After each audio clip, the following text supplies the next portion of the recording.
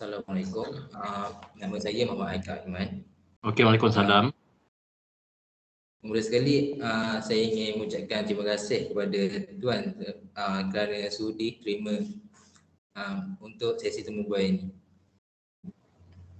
Kalau Tuan tak keberatan boleh cerita sedikit latar belakang Encik. Okey, saya Zaharizam bin Joni lah grad daripada Universiti Kebangsaan Malaysia tahun 2002, mula berkhidmat di Jabatan Alam Sekitar tahun 2004 lah. Jadi pernah bertugas di Putrajaya, Ibu Pejabat selama 8 tahun, dan kemudian di Sarawak selama 8 tahun, dan di Gomusang saya ingat start 2021 nak masuk 2 tahun lah. Setakat ni itulah saya punya profil perkhidmatan lah. Okey.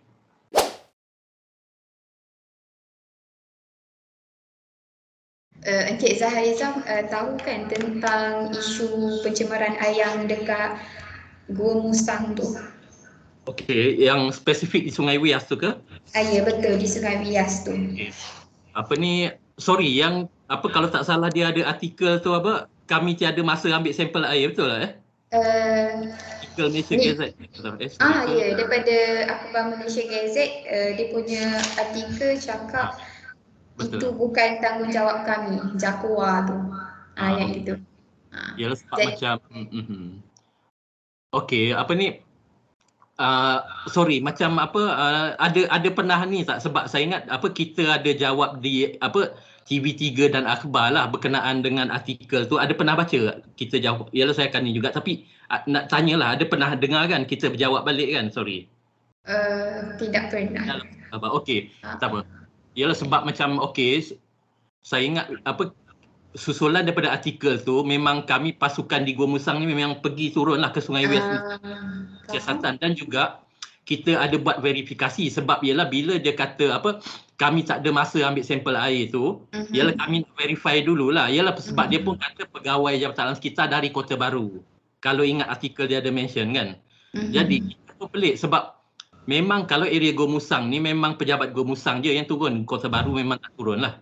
Okey, jadi bukan apa. Jadi kita bila verify, ialah memang orang asli yang cakap tu memang kita call dia angkat lah. Jadi kita dapat kenal pasti pertama sekali inilah, maknanya rupanya ialah yang yang berjumpa dengan orang asli tu. Saya ingat nama dia Jimmy Angah ke? Ingat lagi nama kan? Ya, betul. Jadi yang jumpa tu sebenarnya ialah perunding alam sekitar di Kota Baru. Dia bukan pegawai, ialah dia sebut dalam artikel pegawai alam sekitar, tapi bila kita verify rupanya perunding alam sekitar. Dan juga kita berbincang dengan perunding alam sekitar berkenaan, kita dapati ialah dia adalah macam kenyataan bertulis yang Cik Jimmy Angah tu sign kan. Kita dapati ialah maknanya tak ada pun dalam kenyataan bertulis tu makna Cik Jimmy Angah ni orang kata minta ambil sampel air ke tak ada. Jadi dan memang seingat saya ialah macam kita kat pejabat ni, kita buat laporan, kita bagi kepada pejabat negeri kita di Kota Baru dan juga di Putrajaya. Dan yang saya dapat aware dalam TV3, even dalam akhbar, saya ingat berita harian dengan, saya tak ingat Metro ke apa, tapi Ketua Pengarah Alam Sekitar ada jawab balik lah, maknanya dakwaan tu tidak tepat. Okey, dan juga semasa tu kita pun ada ambil sampel air lah, dan kita dapati pun memang bacaan dia memang patuh lah, memang patuh. Cuma kita nampak juga kesan orang macam lombong secara haram ni, kesan dia tu ada lah, tapi maknanya macam dah lama lah. Sebab saya tak ingat adakah, kalau tak salah dah artikel pun kata Sungai Hitam ke apa, saya tak ingat. Jadi bukan apalah, kesan lombong haram tu ada, tapi cuma bila kita pergi tu macam dah ditinggal lah, maknanya lombong haram tu dah tak dilakukan lah. So kesimpulannya maknanya memang ni lah.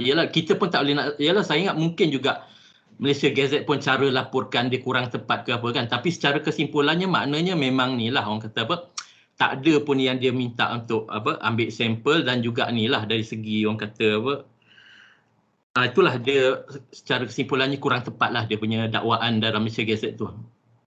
Okey. Ada apa lagi? Sorry. Okey, jelas.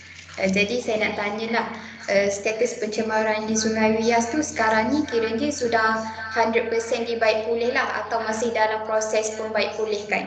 Ya bukan apa, kalau ikut je lah macam hasil siasatan kita itu hari apa memang ni lah, memang apa, sorry, pernah dengar NWQ apa NWKS ke apa National Water Quality Standard, pernah dengar kelas 1 2? Pernah. Kita ialah kita juga okey, kita buat okey percontohan in situ, tahu kan, maknanya kita ambil alat kita test dan juga kita hantar sampel ke Jabatan Kimia dan kita dapati dia punya result dia tu memang kelas 1. So sebenarnya tak ada masalah pun dia punya sungai tu. Okey, bukan apalah, just nak share pengalaman saya lah kan. Kadang ialah contoh lah, betul lah macam kalau pengalaman saya yang main apa berkaitan orang asli di lodging, contoh lah kan. Betul lah ada sungai yang memang apa ialah saya ingat di Kelantan ni memang orang cop apa sungai Kala Teh Tarik apa tu memang ni lah, dan saya pun tak boleh nafi lah. Okey, memanglah kadang-kadang apa ada orang asli komplain, even keluar surat khabar apa orang asli apa dia komplain sungai apa tempat dia tu memang apa kata ialah tercemar kan, dah tercemar ke apa, ialah bila kita siasat betul lah memang ada sungai tercemar, tetapi sebenarnya sungai yang berdekatan dengan rumah dia, kawasan perumahan dia bersih. Cuma of course adalah sungai yang lagi jauh tu tercemar, tapi itu yang kita dapati lah. Cuma bukan apalah, tapi memang apa juga ialah maknanya artikel dakwaan tu kita anggap sebagai macam aduan dan kita perlu respon lah. Okey. Jadi untuk kes Sungai Wias macam saya highlight tadi, kita dah buat test apa sendiri in situ dan juga kita buat lab test dengan Jabatan Kimia Malaysia. Keputusan dia memang ni lah kelas 1.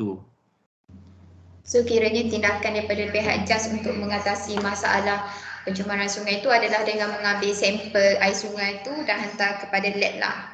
Okey, bukan apalah, ialah macam kes Sungai Wias tu sebab dia sebenarnya tak tercemar pun lah. Cuma macam kita nak more kepada verifikasi kan.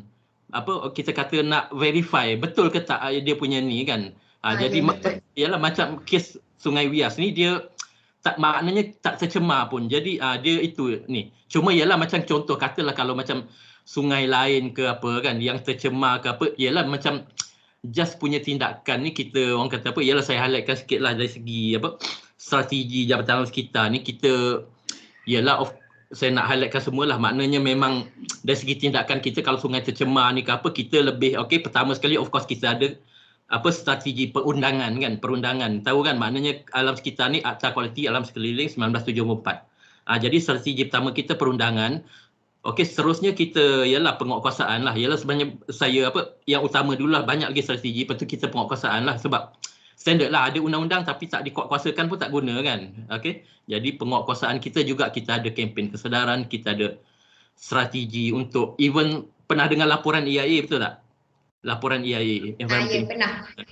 Okey, itu pun strategi kita jugalah sebab daripada laporan tu kita nak identify apa dia punya impact kan kepada alam sekitar. Maknanya kalau aspek air, apa impact dia punya projek tu terhadap kualiti air contoh kan.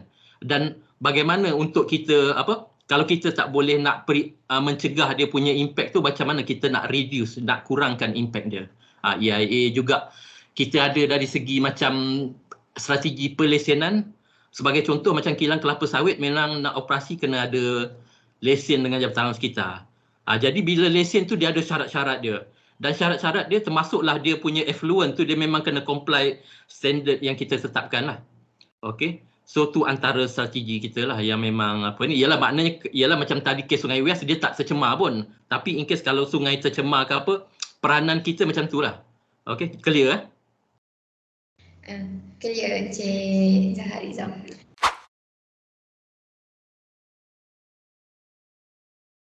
Sekarang kita boleh proses dengan soalan yang kedua lah, Encik Haikal. Okey, untuk soalan kedua ni, tadi Cik Zam dah sebut dah pasal akta semua. Okey. Soalan dia untuk menangani masalah pencemaran air ni yang disebabkan pembalakan Gurmusang, yang pembalakan.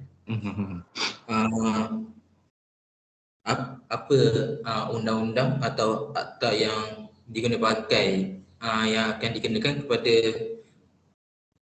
pembalakan haram tersebut, yang organisasi yang melakukan pembalakan haram apa?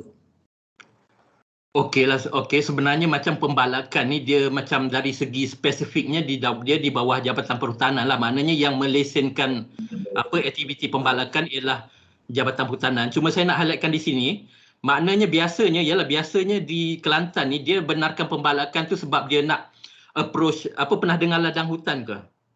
Maknanya dia nak tanam balik balak tu. Ialah dia tebang balak tu, dan bila dah clear dia akan tanam balik. So proses nak tanam balik tu dia berkaitan dengan Jabatan Alam Sekitar, yang mana dia kena kemukakan EIA lah. Tapi dengan syarat maknanya keluasan dia minimum 100 hektar lah. Kalau kurang pada tu dia tak perlu ni. Tapi saya nak share juga, maknanya setakat ni macam Jabatan Hutan biasanya dari segi keluasan yang dia benarkan tu biasanya dia akan lebih 100 hektar lah. So maknanya orang yang nak buat ladang hutan ni, maknanya yang nak tebang and then nak tanam balik ni, dia kena kemukakan EIA lah. Okey, jadi maknanya saya nak highlightkan tadi ialah Akta Kualiti Alam Sekeliling, dia punya peraturan tu dia panggil Perintah Kualiti Alam Sekeliling. Ya, even pun saya ingat nanti boleh buat rujukan lah yang berkaitan dengan EIA ni. Sekejap saya rujuk terus lah, sorry.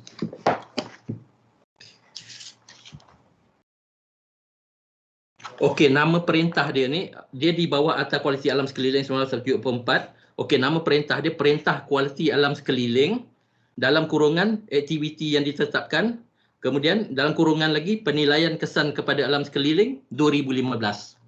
So ini yang perundangan ni lah yang berkaitan dengan orang kata ni lah, yang berkaitan dengan, ialah kalau sikit, ialah maknanya kalau pembalakan tu memang kita tak terlibat lah Jabatan Perhutanan. Tapi kalau macam yang sekarang ni berlaku, iaitu pembalakan tu untuk tujuan ladang hutan, kita guna ni lah.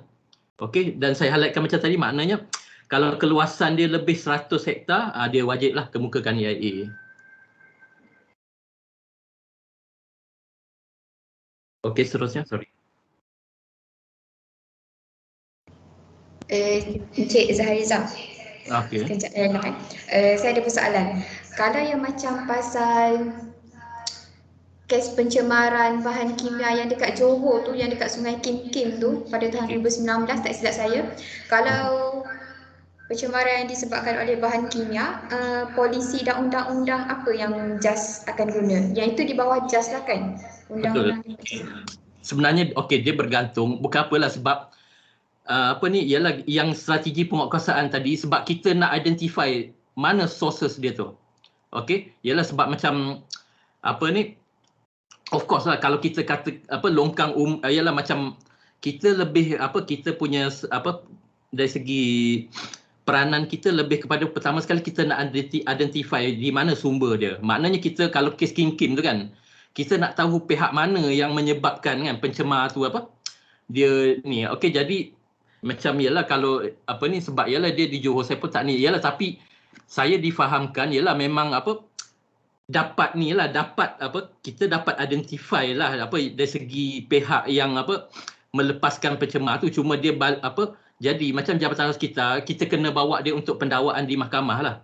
Okey, jadi maknanya kita ni lah orang kata ambil tindakan perundangan terhadap pihak-pihak yang melakukan kesalahan lah. Okey.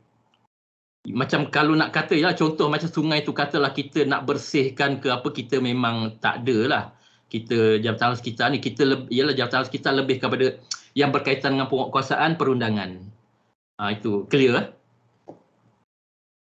Ialah persoalan satu lagi macam pencegahan. Contohnya macam ada setengah bahan-bahan pencemar kan. Macam pernah dengar ialah kita punya peraturan yang berkaitan dengan buangan terjadual. Pernah dengar ke? Pernah schedule waste tu. Okey, jadi schedule waste betul. Jadi macam schedule waste tu kita nak maknanya cara dia simpan tu proper kan. Tempat tertutup ke jadi maknanya orang kata jadi memang untuk kita kita cegah, maknanya tak ada possibility untuk katalah benda tu kalau bocor ke dia mengalir ke longkang awam dan seterusnya ke sungai kan. Itu salah satu cara approach kita lah.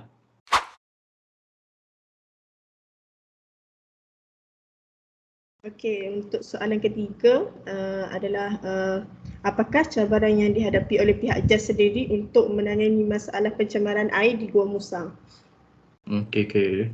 Spesifik Gua Musang lah Okey, ialah memang kalau kita nak share this, ialah of course saya ingat mana-mana agensi penguatkuasa pun memang ni lah dari segi saya ingat ialah logistik, maknanya sumber manusia kan, sumber manusia juga dari segi ni memang ni lah, tapi of course juga ialah kita pun betul lah sebab apa orang kata ialah dengan orang kata apa sumber yang terhad juga kan, jadi memang apa kita pun orang kata apa memang terpaksa ni jugalah orang kata apa, tapi apa kita macam tak boleh nak nafikan lah, tapi ialah kalau macam Laila pun Nabila dengan Haikal boleh imagine lah, maknanya saya di Gua Musang ni hanya ada 2 pegawai nak jaga kawasan Bertam, Nenggiri dengan apa ni lodging lah, jajahan kecil lodging termasuk juga di bawah Gua Musang kan. Jadi 2 orang nak jaga 3 kawasan ni. Juga kita ada 2 orang lagi untuk jaga kawasan Ciku, kawasan Ciku, Aring dan juga Galas kan. Jadi memang ialah ketara lah dari segi orang kata apa, memang kita punya kekangan di sudut ni lah, di sudut kita kata sumber manusia lah. Okey, ialah of course lah sama juga dari segi peruntukan juga memang ni lah terhad lah kita. Ialah sama juga ialah apa orang kata, saya ingat mana-mana agensi pun ni lah. Ialah juga mengambil kira ialah macam saya highlightkan tadi, Gua Musang juga dia jaga kawasan apa yang jajahan kecil lodging kan. Saya ingat kalau kita campurkan keluasan jajahan Gua Musang dan jajahan kecil lodging, saya ingat sama ada dia lebih kurang separuh daripada negeri Kelantan tu tak? Kalau ialah nanti boleh Google lah kan, apa tengok Wikipedia ke apa kan, tapi saya ingat lebih kurang sama ada, kalau lebih pun saya tak terkejut lah, ialah dari segi kawasan kan. Cuma of course lah di satu sudut pun sebab kalau banding contoh Kota Baru, kilang dia lebih banyak berbanding dengan Gua Musang kan. Jadi itu satu aspek, tapi juga dari segi cabaran dari segi keluasan Gua Musang tadilah yang pejabat Gua Musang cover ni, maknanya melangkaui Gua Musang dan juga jajahan kecil lodging lah. Okey, juga ialah dari segi apa ni, kalau saya ialah juga ni lah dari segi ialah macam kalau boleh apa macam contoh ialah Sungai Wias tadi, kalau kita boleh buat kesimpulan betul tak, maknanya ada wujudnya dakwaan yang tak betul tak? Jadi saya nak share juga memang banyak juga benda apa ialah of course mama orang ngadu je memang kita kena siasat lah sebab kita takut lah betul kan, tetapi banyak juga yang mana tak betulnya apa kan. Jadi bukan apalah, of course dia buzzer masa kita dan juga sources, dan juga kena faham ialah dari segi sources. Contoh ialah kita pergi dengan Hilux kan, kita pakai minyak Hilux ni berapa dah kan. Jadi dan duit tu bukan duit saya, duit kerajaan tu tak. Jadi apa ialah macam saya pun jadi macam ni lah, rasa apa orang kata ialah di samping terbazir masa, jadi terbazir juga sumber kan, keuangan ke apa, dan duit tu duit ni lah, maknanya mungkin kerajaan boleh guna untuk apa manfaat dia orang yang lain, betul tak. Jadi bukan apalah, saya nak highlightkan juga dari segi maknanya orang kata apa, dari macam mana nak bagi tahu dari ketepatan aduan tu. Apa ialah kiranya ketepatan aduan tu biasanya ada juga yang tak betul. Ialah isu ketepatan aduan lah. Dia macam yang saya highlight tadi, dia ada impact lah. Setakat ni saya ingat ialah apa cabaran yang utama lah yang boleh saya share lah.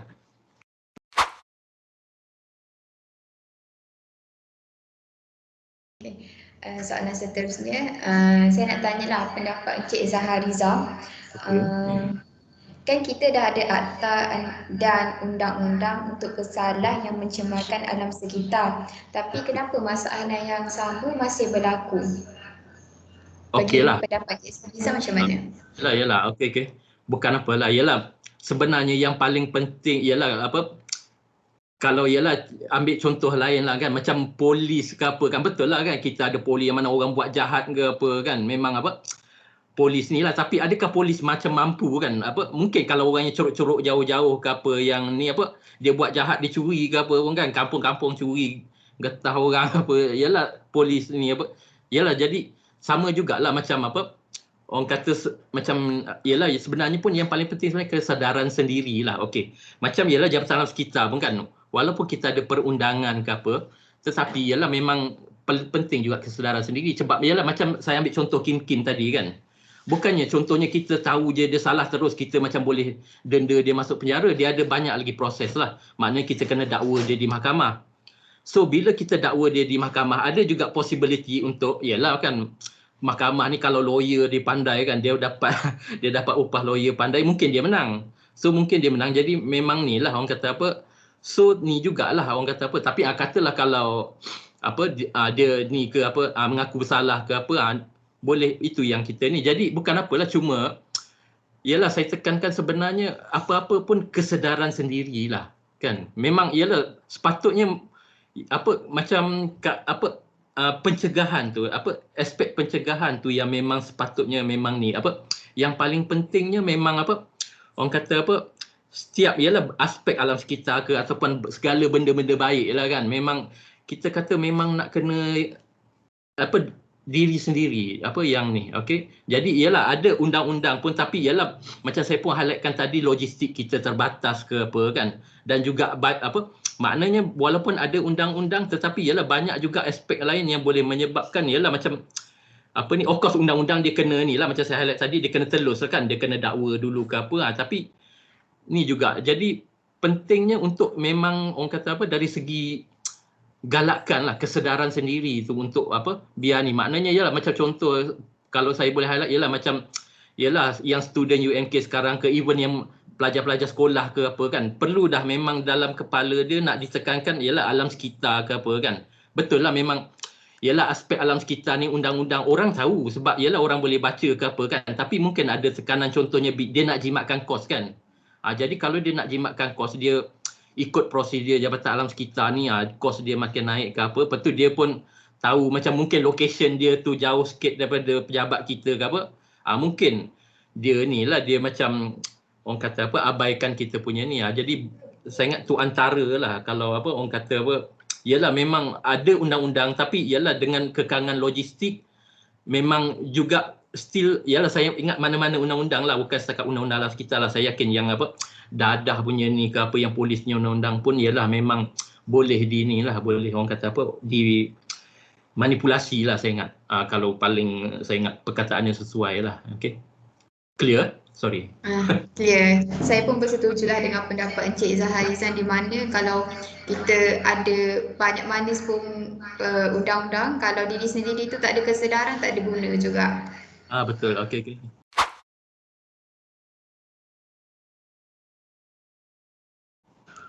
Soalan yang seterusnya, saya nak tanyalah, kalau dalam Malaysia ni pencemaran apa yang tengah berlaku yang macam agak teruk dan belum dapat diselesaikan, dan kenapa tidak dapat diselesaikan? Adakah disebabkan oleh financial problem ke, ataupun penguasaan undang-undang yang lemah ke, ataupun macam mana? Jika ada lah. Okay.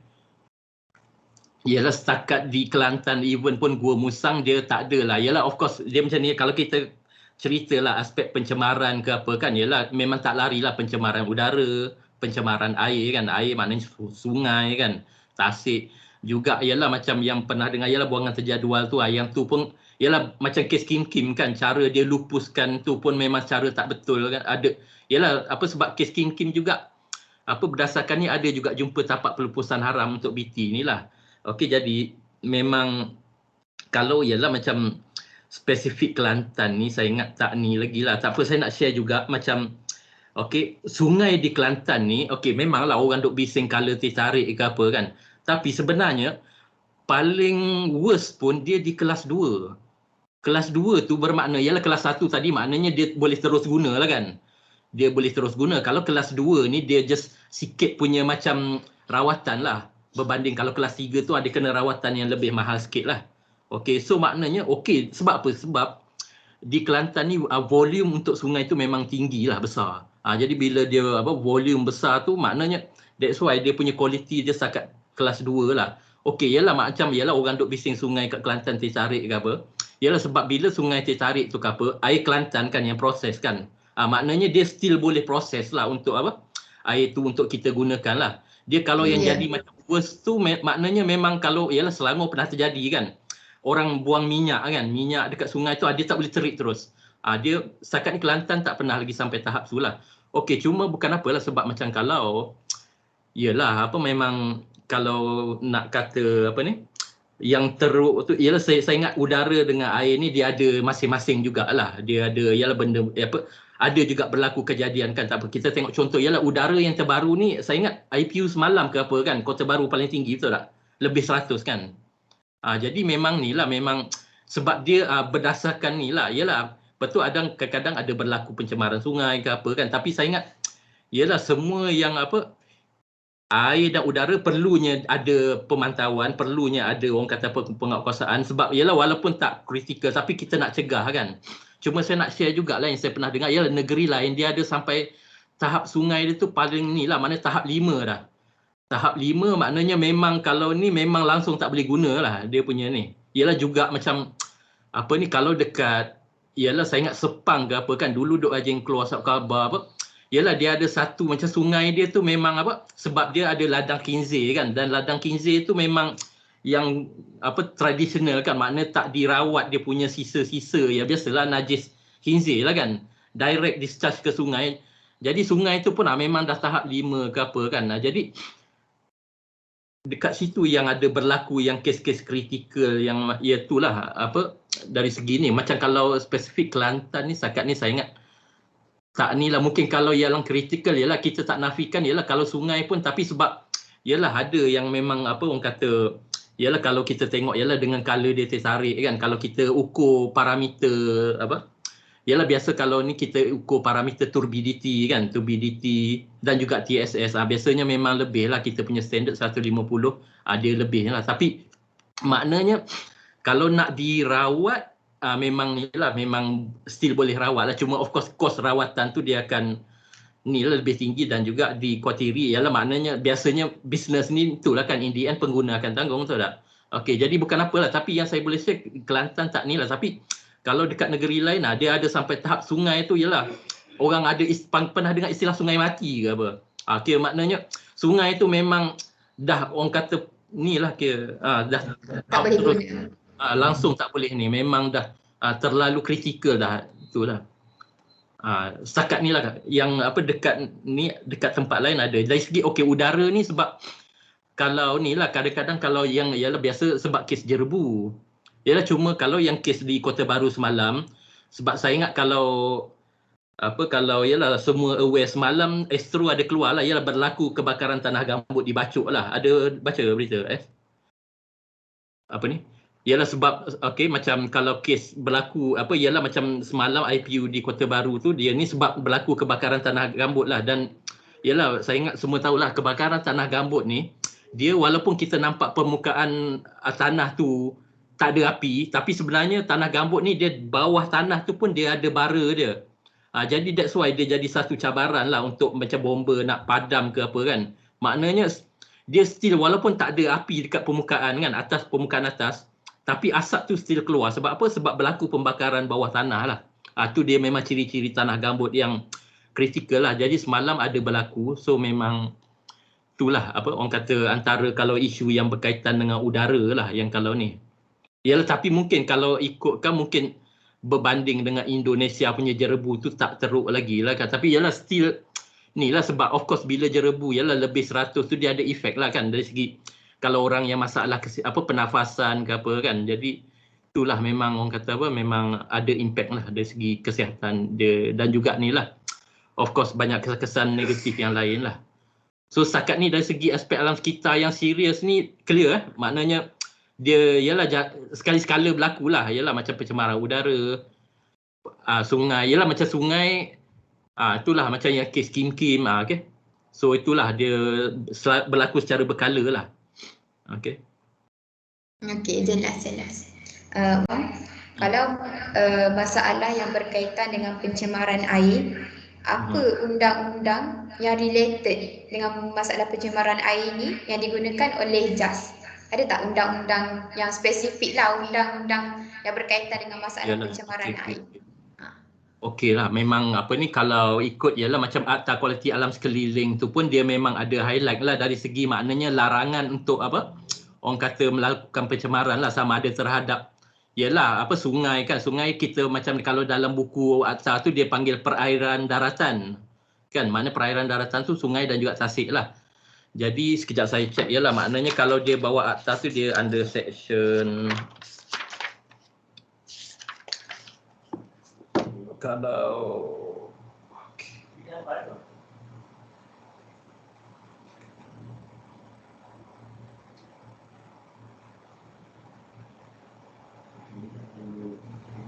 okey, section 25 Akta Kualiti Alam Sekeliling 1974. Okey. Kemudian kalau lautan, kita ada Seksyen 27 Akta Kualiti Alam Sekeliling 1974. Dan juga Seksyen 29 Akta Kualiti Alam Sekeliling 1974. Okey, yang 25 tadi perairan daratan, makna dilarang ni. Okey, untuk 27 larangan melepaskan minyak ke dalam laut, manakala yang 29 larangan membuang bahan buangan ke dalam laut. Okey, beza tu Okey, juga saya nak share, kita ada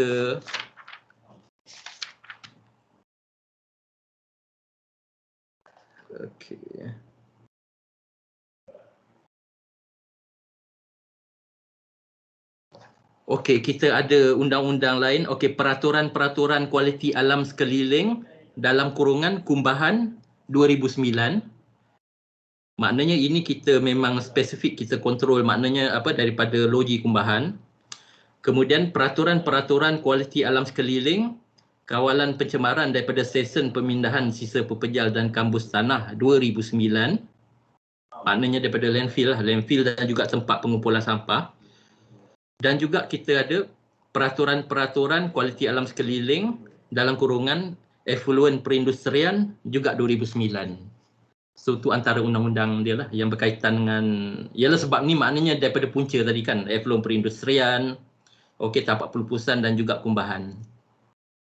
Clear undang-undang, ialah sebab saya mungkin boleh juga study, saya takut agensi lain pun dia ada dia ada undang-undang dia juga ke kan. Ialah contohnya JPS ke kan, Jabatan Pengairan Saliran. Even pun saya ingat kalau local authority kan, pihak berkuasa tempatan ke apa, mungkin ada juga yang berkaitan ke apa kan. Ialah mungkin lain agensi, lain aspek kan. Tapi kalau Jabatan Alam Sekitar ni, kita aspek yang sources tu, punca tu yang kita kontrol.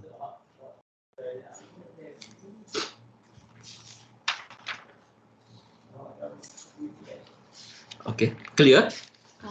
Sangat clear Encik Harizal. Kiranya untuk undang-undang yang berkaitan dengan pencemaran air ni memang banyak lah ya. Dia memang dah ada dia macam dah kategorikan lah kan, macam undang-undang untuk laut, untuk sungai, air kumbahan macam tu. Yalah, tapi okey, cuma saya mungkin kalau saya boleh highlightkan sikit lah. Yalah, of course macam yalah dari segi kualiti air, yalah bila kita nak jaga sungai, air kan. Yalah of course kita macam yalah dari segi, yalah kita kena tahulah sumber pencemaran, betul tak? Yalah saya nak highlightkan juga, yalah of course macam yalah ada juga aspek yang macam yang Jabatan Alam Sekitar tak cover. Contohnya okey, kalau kita boleh ambil contoh macam pasar basah kan. Pasar basah, saya ingat mungkin boleh try lihat, ialah macam kita tak cover lah, tapi mungkin try lihat local authority ke macam mana dari segi, sebab of course lah macam dia pun dia cuci dia punya ikan-ikan, ayam punya sisa apa kan. Okey, juga saya nak highlightkan ialah macam contoh yang ialah macam saya ada highlight tadi ladang kinzir kan, ladang kinzir ialah macam makna aspek peternakan ni, betul tak? Ialah maknanya ialah mungkin boleh check juga, ialah contoh kan, saya ingat katalah kalau macam ialah yang ternak ayam ke apa kan, contoh kan. Jadi kalau ternakan ayam ni, kalau dia nak senang kerja, kena pula dekat dengan sungai kan, mungkin dia alihkan je najis ayam dekat sungai kan. Jadi sungai, bukan apa. Yalah saya ingat aspek peternakan ayam ni of course memang yalah saya ingat semua tahu veterina ada kontrol kan. Cuma mungkin boleh study juga ada tak mungkin dari segi elemen, yalah saya ingat mungkin ada pendekatan dia, makna cara handle ladang tu yang boleh mengelakkan kan daripada maknanya ada tak menjejaskan sungai ke apa kan. Mungkin boleh juga tengok lah. Yalah maknanya itulah sebab sumber pencemaran air ni banyak lah kan, yang Jabatan kita boleh cover pun betul, yang luar kuasa pun banyak juga. Yalah saya nak highlight macam Stenggan kan. Stenggan pun memang satu isu lah. Yalah of course macam yalah macam Stenggan ni kita tahulah even air toilet dia ke apa kan direct je ke sungai, betul tak? Jadi memang itu problem E. coli apa kan. Jadi yalah cuma bukan apalah, just nak share macam pengalaman saya pun pernah masuk mesyuarat dengan ialah pihak berkuasa tempatan, pening lah nak selesaikan isu Stenggan ni, sebab ialah just share lah dengan korang bukan apalah, sebab ialah ada satu ialah macam bila dah bagi rumah yang proper kan, ialah PPR kan, lepas tu bila ada yang tak dapat jadi tak puas hati pula. Lepas tu pula bila ada yang dah dapat ni pula, rumah dia yang lama tu, ialah kadang-kadang tu rumah dia yang lama tu dia duduk lagi. So rumah baru yang dia dapat tu dia sewakan. Jadi ialah dia berbalik kepada kesedaran tadi lah. Dia kan balik kepada kesedaran tadi. Jadi bukan apalah, tapi saya nak highlightkan juga ialah orang kata ialah macam setinggan ni pun satu sumber juga ni ialah sebab dia pun tak ada sistem rawat, even septic tank pun tak ada kan. Jadi kalau dia punya macam ialah yang toilet punya buangan mengalir terus ke ni ke apa, memang ni jugalah kesan pada ni. Cuma mungkin boleh try, ialah saya tak sure lah kalau yang kerja, ialah memang, tapi ialah kita pun tahu setinggan ni sendiri pun kalau secara ni nya tak sah kan dari segi dia status setinggan tu sendiri pun tak, ialah tapi ialah kuat ni jugalah dari segi dia punya kesan pada air lah, kualiti air, kualiti sungai lah. Okay, so itulah mungkin aspek-aspek lain yang saya syorkan untuk cuba tengok lah. Okay. Okay, faham. Encik Zaharizam, saya nak tanyalah, sepanjang Encik Zaharizam bekerja. Boleh. Sepanjang Encik Zaharizam bekerja sebagai pegawai alam sekitar ni, apa pencemaran yang paling teruk yang pernah Encik Zaharizam handle? Okey, kalau ikut yang pengalaman saya, ialah saya ingat, Gua Musang belum ni lagi lah. Sebab just saya nak share ialah sebab kalau ingat dulu sebelum ni Gua Musang, kalau ingat tak dia ada isu yang dekat Aring ke apa tu, yang kampung orang asli ialah saya tak ingat, tapi sebab kebetulan sebelum tu saya belum masuk lagi lah. Tapi bukan apalah, cuma kita ialah macam saya kalau kat sini sebab ialah baru setahun setengah ke apa, tapi ialah saya ingat kalau ada yang paling serius di Sarawak tu ialah maknanya dari segi ni lah, dari segi orang kata macam buangan terjadual tu dia store secara tak sah lah. Ialah dia store secara tak sah ni, tak apalah, just nak share sikit, bukan apalah sebab kuantiti dia besar. Saya ingat berapa. Jadi bukan apalah sebab dia macam ni, ialah untuk premis bangunan yang nak menguruskan buangan terjadual ni kan, mengurus ni maknanya sama ada dia nak proses even pun ataupun dia nak simpan sahaja kan, contohnya kan dia nak simpan sahaja, dia ada banyak syarat lah, dia kena buat EIA dan juga macam-macam proses lagi lah. Jadi macam yang kes saya tu bukan apa, ialah bila dah dia punya kuantiti besar, ialah lepas tu pula dia sebenarnya dia dalam proses, tapi tinggal lagi bila dia dalam proses, lepas tu pula dia dah start ambil kan buangan terjadual ni untuk di-storekan.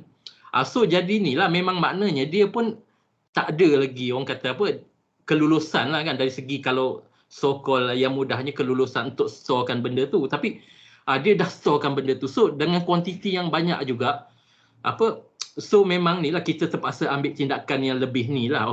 Antara ialah nak share juga ialah macam ialah Jabatan Alam Sekitar, saya share tadi kita punya tindakan mahkamah, betul tak? Kita dakwa di mahkamah, juga kalau mungkin dia tak berapa kuantum, dia tak besar, mungkin kita boleh compound kita maksimum 2,000 lah. Maksimum compound Jabatan Alam Sekitar 2,000. Juga kita ada tindakan yang kita panggil sebagai notis arahan. Notis arahan ni maknanya kita ni lah keluarkan notis untuk arahkan dia lakukan pembaikan lah. Juga kita ada satu lagi dipanggil field citation. Field citation ni maknanya kita boleh arahkan di lapangan lah. Mana kalau contohnya kilang tu kita pergi tengok kilang dia tu, cara dia susun buangan terjadual tu tak betul ke apa kan. Jadi tak ada label contohnya kan. Kita bolehlah arahkan di lapangan juga. Ni you kena buat ni lah, orang kata pelabelan tu lah. So maknanya yang tu kita nak cepat selesai masalah kan. Juga kita ada perintah larangan. Perintah larangan ni maknanya contoh kalau kilang tu kan, kilang tu maknanya dia tak boleh operasi lah. Contoh kilang sawit kan, katalah kita tengok dia ni kita dah compound, kita dah ni masih juga tak melanggar peraturan, maknanya kita terpaksa keluarkan perintah larangan, so dia tak boleh henti dia tak boleh beroperasi. Cuma dia satu lagi masalah juga ialah biasalah orang kampung punya sawit ke apa. Jadi kalau dia tak operasi, dia tak boleh ambil dia tak boleh ambil sawit daripada orang-orang kampung. Ialah bukan apalah, saya tak pernah ni lah, cuma ialah pengalaman orang lain je memang ni lah, memang orang kata memang ialah in the end lah terpaksa juga. Ialah sebab of course lah bila dah menteri pun ni campur tangan ialah, tapi betul lah sebab ialah apa pun juga tindakan kita betul lah, macam saya ingat semua faham kan, mana kita tak nak penyemaran tu berterusan, betul tak? Tapi rupanya ada lagi kesan lain, betul tak? Ialah sebab saya ingat semua pun tahu kan buah sawit ni bukan boleh simpan lama-lama kan. Jadi memang dia kena segera hantar. Jadi that's why tu ni lah. Cuma ialah yang saya boleh share, saya punya yang paling kritikal masa dekat Sarawak tu yang mana memang kuantiti schedule waste yang besar, yang mana kita terpaksa, ialah macam tadi tu kita keluar perintah larangan, juga kita terpaksa sita dia punya tu, dan kita ni lah paksa dakwa di mahkamah lah. Kalau ikutkan katalah dia setakat 1-2 tong drum kan, boleh lah contohnya saya compound ke kan, kita compound ke and then keluar notis arahan. Jadi tu pun ialah di aspek kita orang ni pun maknanya apa yang kerja ni pun apa orang kata benda tu cepat selesai lah kan. Sebab kita pun banyak kerja yang tak selesai ni. Tapi bila terpaksa perintah larangan, sebab ialah perintah larangan dia ada pula ni kena seminggu sekali kena tengok apa kan. Kalau tempat tu dekat tak apa, tapi kalau tempat tu jauh seminggu sekali lah nak kena. Ialah bukan apalah, kalau nak ikut pengalaman saya maknanya dari segi persetujuan BT secara tak sah yang besar lah, yang setakat saya lah baru 19 tahun okey. Alright. Apa kalau ada apa-apa luar ni pun nak share, nak tanya, nak tahu ke boleh je, tak ada hal. Cik Laila dengan Cik Haikal ada apa-apa soalan ke? Okey. Rasanya tak ada. Sorry, yalah mungkin kalau boleh share sikit, yalah maknanya yang apa memang kalau yang di belajar dalam sains kelestarian ni adalah modul yang berkaitan alam sekitar, pencemaran udara, air, EIA semua ni lah. Okey. Ya, kita orang memang ada belajar lah pasal tu. Okey. Okey, bukan apa, sorry yalah. Okey, saya nak share jugalah macam EIA ni, ramai orang tanya macam ni. Okey lah, ialah orang ni dia EIA hantar EIA ke apa, tapi kadang-kadang pencemaran berlaku juga, betul tak? Okey, sebab apa? Ialah macam kalau saya boleh ni, dia macam ni, EIA ni dia macam kalau orang nak ngundi ni kan, macam calon tu dia punya manifesto lah. Dia macam janji kan saya akan sediakan tu lah ni, kalau saya dilantik saya ni. Jadi EIA pun dia konsep macam tu. Maknanya dalam report dia tu, dia untuk mengelakkan hakisan tanah yang serius, maka saya akan buat ni apa kan. Jadi maknanya kita dari segi kelulusan EIA ni adalah kelulusan laporan. Dia bukannya kelulusan maknanya projek dia tu memang dari segi dia punya tak ada impak pada dalam sekitar, bukan. Dia hanya meluluskan laporan sahaja. Jadi banyak ada juga ialah quite significant. Ialah kadang tu memang ialah bila yang dia dah janji dalam report EIA dia nak buat tu, tapi bila dia dah start projek dia kadang dia tak buat pun. Jadi itu yang memang ni lah maknanya ialah dari segi bukan apalah, sebab ialah biasanya orang awam duk ni lah, maknanya ialah ada report EIA sepatutnya masalah alam sekitar tak berlaku. Tak, dia bukan apa, sebab dia report EIA tu macam nak beri kesedaran pada dia satu hal. Betul pun tak tahulah, takut ialah bila dia dah lulus tu, ialah mungkin dia kadang pun macam pemaju ni mungkin dia ingat macam kita dapat kita renew lesen memandu kita tu kan. Ialah walaupun dalam lesen kita tu memanglah kita maknanya lesen kita ni boleh ditarik balik, betul tak? Kalau katalah kita accident yang ni ke kan serius ke apa kan. Tapi ialah mungkinlah sebab tak ditulis dalam lesen tu. So kemungkinan maknanya orang duk ingat ialah maknanya macam dapat EIA lulus ni je maknanya macam dapat lesen mandu tu dah boleh start projek lah. Tapi dia tak tahu maknanya apa benda yang dia dah tulis dalam laporan tu dia kena buat. Itu yang jadi maknanya antara ni jugalah cabaran jugalah yang laporan EIA, dan juga bukan apalah saya juga ialah saya ingat tahulah ialah laporan EIA ni quite costing dari segi kos lah kan, puluh ribu bahkan boleh capai ratus ribu kan, bergantung kepada kuantum projek itulah. Jadi of course lah, ambil contoh katalah projek perumahan ke apa kan, kalau projek perumahan yang bila dia buat EIA, of course daripada kos yang dia buat EIA tu dia akan absorb ke harga rumah tu kan. Jadi bukan apalah, maknanya ialah of course lah memang dengan tak menafikan lah EIA punya orang kata kepentingan jugalah kan, maknanya untuk pemaju aware lah kan apa benda impact projek daripada dalam sekitar dan macam mana nak ni. Tapi juga dia ada kesan dari segi ialah memang dengan kos dia yang tu ialah bila dia diserap dalam ni, kalau ialah macam kes projek perumahan ke, mungkin katalah kalau tak ada EIA mungkin rumah tu 250,000 contohlah kan, tapi disebabkan dia absorb yang kos EIA tu mungkin naik sikit lah 270, 280 ialah. So tu antara ni lah yang boleh kalau saya share lah. Yang EIA ni lah maknanya jangan ingat EIA ni dapat selesaikan masalah. Saya ingat mungkin kalau dari segi persen baru 5% kot. Sebab ialah maknanya kalau ialah macam saya highlight tadi kan, dia tahu pun kalau dia tak laksana tak guna. Okey. Alright. Okey, ada apa-apa lagi nak tanya? Sorry.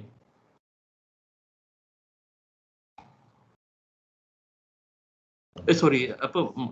Okey, daripada pihak kami rasanya sudah tiada, cumanya sekadar untuk berkongsi lah dengan Cik Zahariza.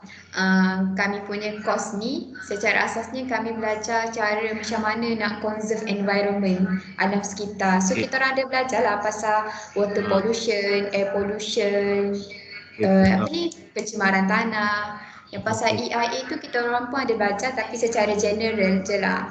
Okey, iyalah. Sorry, ialah bukan apa sebab ialah saya sendiri pun UKM saya Fakulti Sains dan Teknologi, pengkhususan saya program dia panggil sains sekitaran lah. Sains sekitaran ialah maknanya memang ni lah, tapi saya ingat ni pun sains kelestarian ni pun maknanya memang saya ingat spesifik alam sekitar. Ya, betul. Kita memang spesifik dekat alam sekitar. Alright. Tak apa, saya nak share sikit. Okey, pernah dengar pasal EO tak? Environmental Officer. Bukan apa sebab ialah saya nak share juga. Okey, bukan apalah sebab ialah just nak share juga. Ialah sekarang ni macam ialah biasanya projek-projek EIA dia kena ada seorang yang dipanggil Environmental Officer, EO. Peranan EO ni memang dia nak kena pastikan setiap syarat-syarat EIA tu dan juga aspek pematuhan kepada Akta Kualiti Alam Sekeliling 1974 tu memang ni lah orang kata memang dipatuhi lah. Jadi memang saya ingat ialah sebab memang macam Kelantan ni dia uniknya ialah walaupun kalau macam ialah nak banding negeri lain kan, negeri lain dia kilang banyak ke apa, tapi Kelantan ni dia banyak projek EIA lah sebab ialah of course yang macam projek ladang hutan apa kan. Jadi memang maknanya saya nampak ialah keperluan untuk EO tinggi lah kan, maknanya kot nanti grad nak tengok ni lah. Tapi ialah memang saya ada tanya bukan apalah yang macam dekat Gua Musang ni pun ialah cuma mungkin sebab ialah orang-orang muda tak minat lah persekitaran di Gua Musang ni. Ialah especially pula kalau yang biasa dengan KL punya ni ada shopping complex apa kan. Jadi ialah persekitaran Gua Musang ni ialah kena pula ladang hutan yang memang nak masuk daripada jalan utama pun nak masuk ke dia punya lokasi pun dengan jalan ni ambil masanya kan. Jadi mungkin ialah, tapi bukan apalah, just saya nak share kalau yang environment ni saya nampak sekarang ni ialah especially kalau Gua Musang potensi untuk EO tinggi. Environmental Officer lah.